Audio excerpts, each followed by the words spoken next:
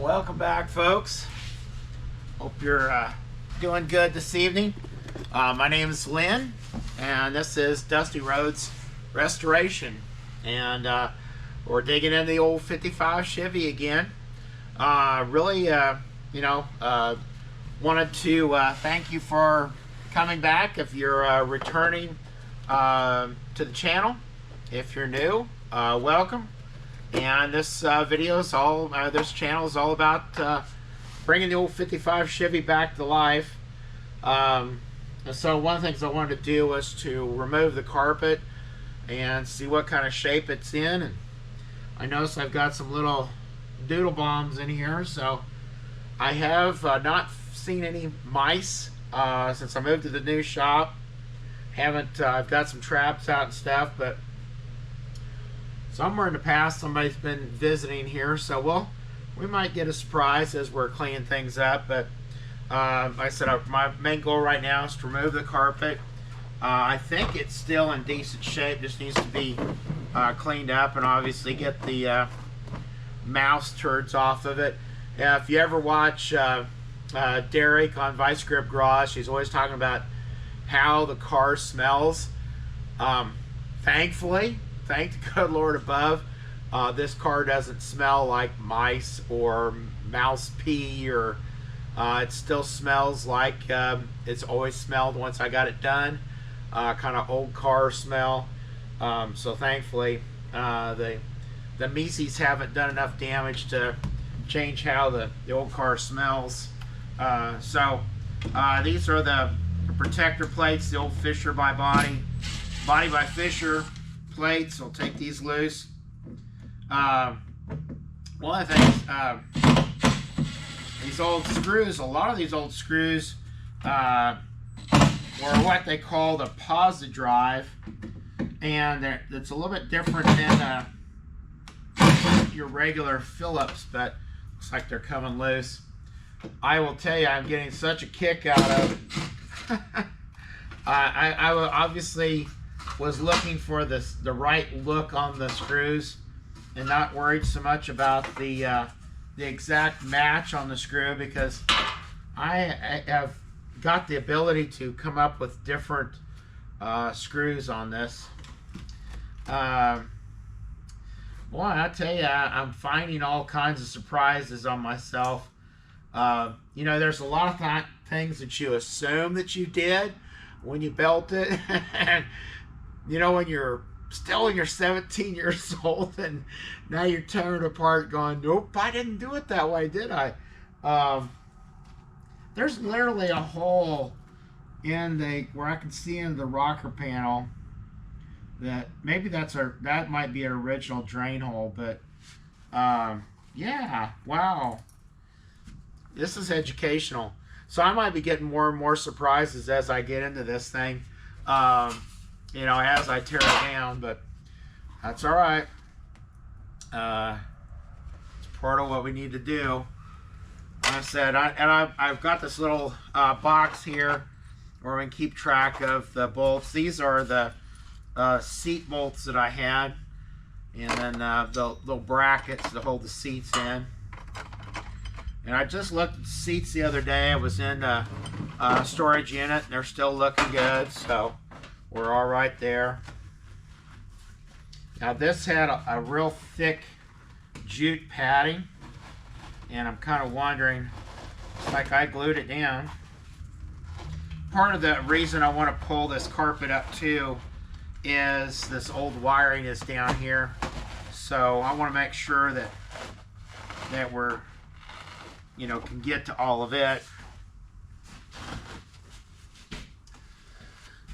Like I said, the carpet is not bad condition. You know, it might be that I need to I could re-dye it if it needs a little bit of more color. So one of the things that I did when I built this car, of course we didn't have Dynamat and a lot of the products we have now, you know, for sound deadening. Oh my gosh, Oh, I am so glad I'm taking this apart. I'll bring the camera over. There is a broken wire in there. It's a miracle this thing didn't burn down.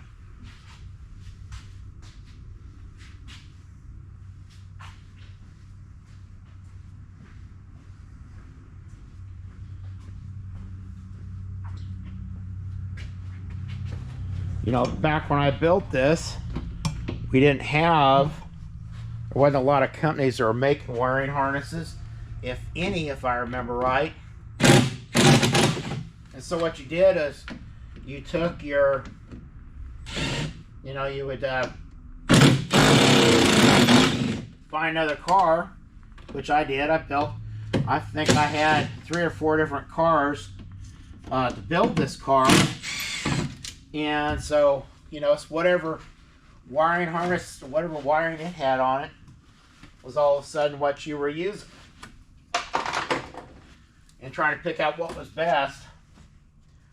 And that's kind of what you did.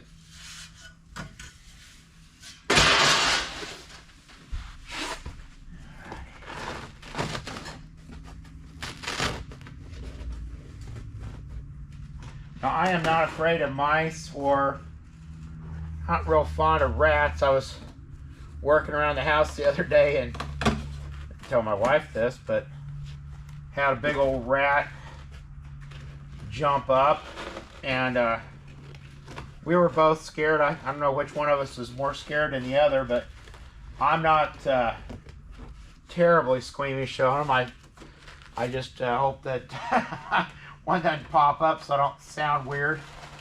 But you might hear a strange sound from me if one decides to relocate. And I could have, I still haven't found the keys to the trunk, so I don't know what's back there. I have a pretty good idea.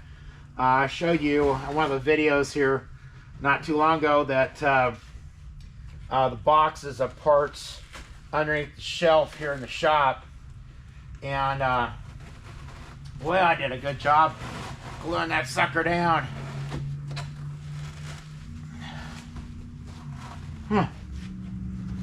We might be leaving that carpet just as she is. So there's stereo wiring that was run many years ago. And I had this stereo put in. We'll have to check it out. It was quite the stereo in its time. It was, I mean, it was awesome. So any of you guys remember Van Halen and Jump? Well, this car got done about the time Van Halen Jump came out. And yeah, the old Alpine stereo, it cranked on the Van Halen Jump. So I had a lot of Van Halen and Journey and Boston. So there's the old Alpine. And then it came with door speakers that had the adjustable sound. And then I had Alpine back there. Some kid was had bought them and didn't have the money to keep them, and so I took them off his hand. I treated him pretty reasonable. I didn't steal it, but so anyway, that's the stereo that it had in it, but I'm sure it doesn't work anymore. It's kind of falling apart. I think what I'm probably going to do is go with a radio that looks like the factory, but is, you know, Bluetooth and all that, with all the modern stuff on it. So I do want to point out some different things on this car. So when I built this car, you know, I knew it was a 210 two-door sedan. I didn't know anything else other than that. But you notice the chrome trim on there with a little Chevy emblem. So I don't know if you can see. I move my camera real close. Those are actually, if I'm not mistaken, are off of a Bel Air. And then also, I don't know why I didn't take it off, but it will come off. If you notice, it's got an Impala emblem on there. Somebody before me did that, and I didn't. I never thought about it. Never took them off there. And I had a friend of mine ride it. He used to give me so much, you know what? Because I had an Impala. I said, it's not an Impala. He goes, wait, it's got an Impala on the speaker cover.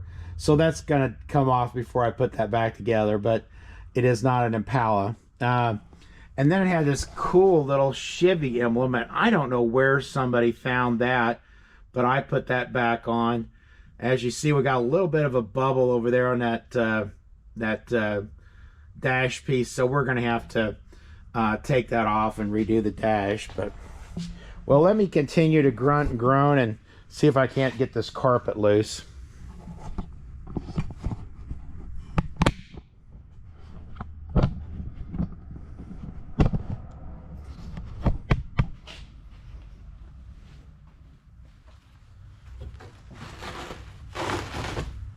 Yeah, it looks like it's coming loose from the jute backing, but that's all right.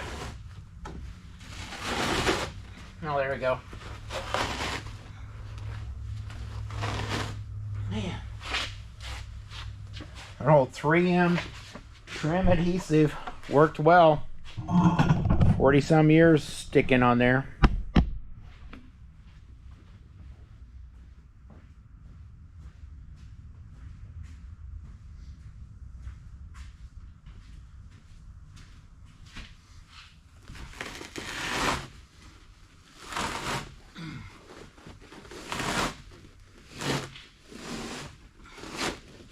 So I was talking about Dynamat before. Sorry about that. We didn't have Dynamat back then. So we had jute padding. But the other thing we could do is they made a tar undercoating. And if you can see on the floor, I literally put gallons and gallons of tar on the floorboards, and I also put it inside the doors of this old car. So when I went down the road, it was quiet. It was a very quiet car. The exhaust was a little 283, but I had the exhaust going all the way out to the rear. And it was a very quiet car. Even, you know, when I was going fast, it was still a quiet car. So hopefully my prop here will keep the door from sliding shut.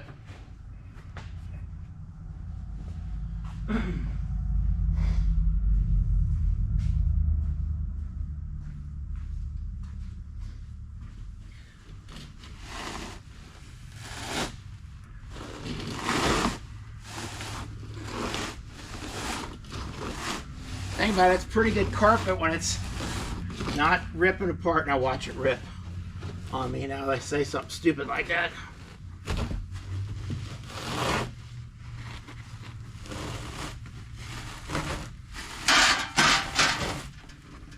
Man, oh man.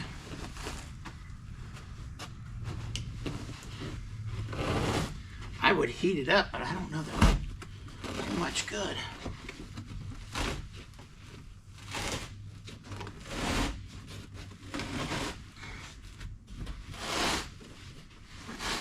Note to self, don't do this again.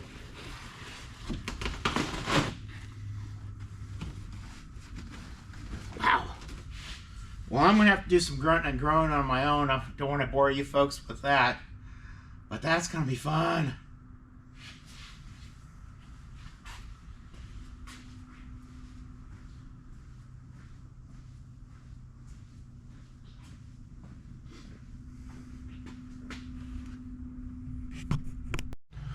Folks, this is kind of a continuation of the video where you first part of the video where you see me tearing the carpet, trying to get it loose from the floorboards. Obviously it was stuck down really good.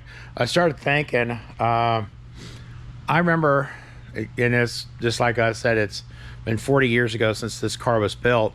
I realized that I did not glue that carpet down.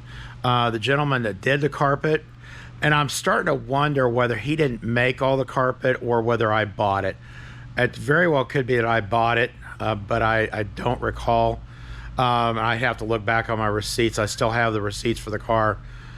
And I want to say that possibly he made the carpet for the trunk to match the carpet in the car.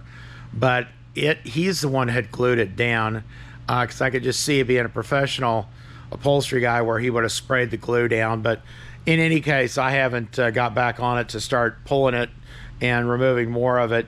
I've been still doing a lot of traveling for work. And then also I have been working at my other shop to try to find parts for the 55. So you can see I've got a lot more parts setting out that I've found. And it's kind of a mess. I haven't really organized, but it's been kind of nice to find out what I have and what I don't have. And one of the things that I'm kind of missing is, so this was originally a 4-speed car, and I'm looking for the pedals to make it for an automatic pedal. I have one, but where the heck that thing is, I don't know yet. If I can't find one, I might be asking you folks if you got one that I could buy. But I do have plenty of motor mounts. I think I have almost 3 sets of motor mounts and motor brackets. So it must have been one of those things where I thought, you know, I wonder if I have that, so maybe I better buy it. I also have 3 transmission cross members as well for this car. So it just means I got to build more cars. I think that just makes total sense. So I did film a video and thought I had a good job on it, and it came out like, yeah, it wasn't good. So I want to show you, I did get the little 305 back from Manhattan Area Technical College. Went and picked it up the other day. I had a little bit of time off. And so what they did with this engine is, it is a 305. It was originally built as a reman motor. I bought it from, actually I didn't buy it, I bought a mid-80s El Camino, and this engine was in it, but they had the receipt. It was a Target motor. And so what Manhattan Area Technical College automotive program did was re-ring it, put new lifters and push rods, obviously, cam, and bearings on the crank and the pistons. So she's had quite a bit done to it. I mean, and it really didn't need a lot. It was still in really good shape. Obviously, I'm going to be putting new valve covers and intake, carburetor, dress-up kit, and it's going to look all pretty. My question is, what color should I paint the engine? So that's a question for all of you to kind of bloop me in the bottom, as Derek would say, from Vice Grip Garage. So just tell me what you think. What color on the engine? Should we do traditional orange? The valve covers are black anodized with the Chevy script in orange, or kind of an orangey red. Valve covers, the air cleaner is the same, and of course aluminum intake and kind of a chrome carburetor. But one of the things that it's been bothering me is, where are the keys to the car? My lovely wife was cleaning at the home, and look what she found. And they were on my dresser in a little cup. So obviously I had made a decision to put them somewhere where I wouldn't lose them. And of course, I couldn't remember where that spot was. So I haven't opened the trunk yet. I am a little concerned that we might have mouse houses in here. But what do we have? Oh, I picked the right key. So awesome. I don't see any mouse houses in there. Yay. That's awesome. Does look like mice have been down here in the bottom. We might have some surface rust. Yeah, it looks like the paint is peeling, but hopefully we don't have a hole, so we'll do some cleaning on that wheel well. And here's that carpet. So I'm almost positive that carpet was done by my upholstery guy. Now I think we can probably put some dye on it, vac it, dye it, and make it come back to life, hopefully. But I'm going to need to take it loose. I need to look at that floor pan, make sure it's still good. this trunk, I think, was leaking. I had some problems, if I remember right, with it, with the seal in there being too thick and not letting the trunk shut. And so I don't know that it's a watertight trunk, so that's one of the things we'll be working on. But it's good to know that the mice haven't destroyed everything. The transmission is a 700R, but I noticed it doesn't have a torque converter. I don't know that I'm going to go with this transmission because it was supposedly rebuilt, but you know how that goes. I do know I have a good turbo 350. I just want to get this car back on the road, start enjoying it, start driving it, and then we can go from there on that. But if I take the rear bumper off, check out this rear body panel. It looks like it's got some bumps and bruises. I think they're so one of the things at that time, you know, I wasn't real whoopee at panel alignment, although most of the panels do fit well. I know the trunk was a struggle, so I'm going to have to do some modifications, and you'll follow along with me as we do that. But some other things about the future. So I have been traveling for my work, usually about 2 weeks out of every month, which sometimes takes up a couple weekends and then all that dead time. This last time I was able to find some cool cars for you guys that I did a bunch of shorts with, and a lot of you that are subscribed now are subscribed from watching those short videos. And so I've got some more of them, but I really want to dig into the content of the car, and I hope you'll stick with me and give me some suggestions on how you want me to put together these episodes. So I know these first ones have been kind of boring. I'm just trying to rediscover my car, but I know that a lot of you are wanting to see some action. So I want to see some sparks, want to see some welding. So that's definitely part of what we're going to be doing. There's some other parts that I'm going to be doing that hopefully you guys will be interested in. So I am a certified welding instructor for collision repair. In other words, cars. That's a little bit different than being a certified welder for thicker items and, you know, heavier metal. But one of the things that we can do, and I've been encouraged by some of the guys that I work with in the shops, body shops, saying, you know, I need to put together some videos, maybe discussing how to do an open butt joint, how to weld that, how to be successful with some of the welds. And so I'm going to do some of that as we go forward, but I want to try to get the next video to really be digging in on the 55 and really get some progress done on it. So I'm not going to be traveling like I have been. I'm still going to be doing a lot of my job, but not the 2 weeks out of every month. So really toward you know, the end of February, 1st of March, I'll be kind of getting into a regular rhythm and hopefully get some more videos out to you guys. But tell me what you think. Are you excited to see some welding? Maybe some welding things that'll help you out, show you how to check out welders that you maybe find on Marketplace or some other places you buy a welder, some things to look out for. And then also some different things, maybe like MIG brazing, which some folks know about and others do not. So just once again, thank you folks for tuning in. I know we've got a lot of new subscribers, and I do thank you for subscribing. Comment, like, share, and encourage others. Just a small little YouTube channel trying to get started. Really what I want to show is that, hey, let's get the old cars back on the road. And a lot of the people that, you know, that I watch, you know, DD Speed Shop and Vice Grip Garage, and a lot of these guys are all about, and the Roadkill guys are all about, let's get the cars back on the road. And then also encourage someone that's younger. If you guys are older and you've got a cool old car, get a young person involved in getting that car back on the road or enjoying it. We need to bring some youth to the car, you know, the car collection. And so I want to build more cars, and I want to be able to share those things with you guys. But as always, thank you for subscribing, liking, sharing. Hit that little bell so you get a reminder when I put up a video. But last of all, God bless y'all. May the Lord keep you and return you back. Just be safe out there, folks. Till next time.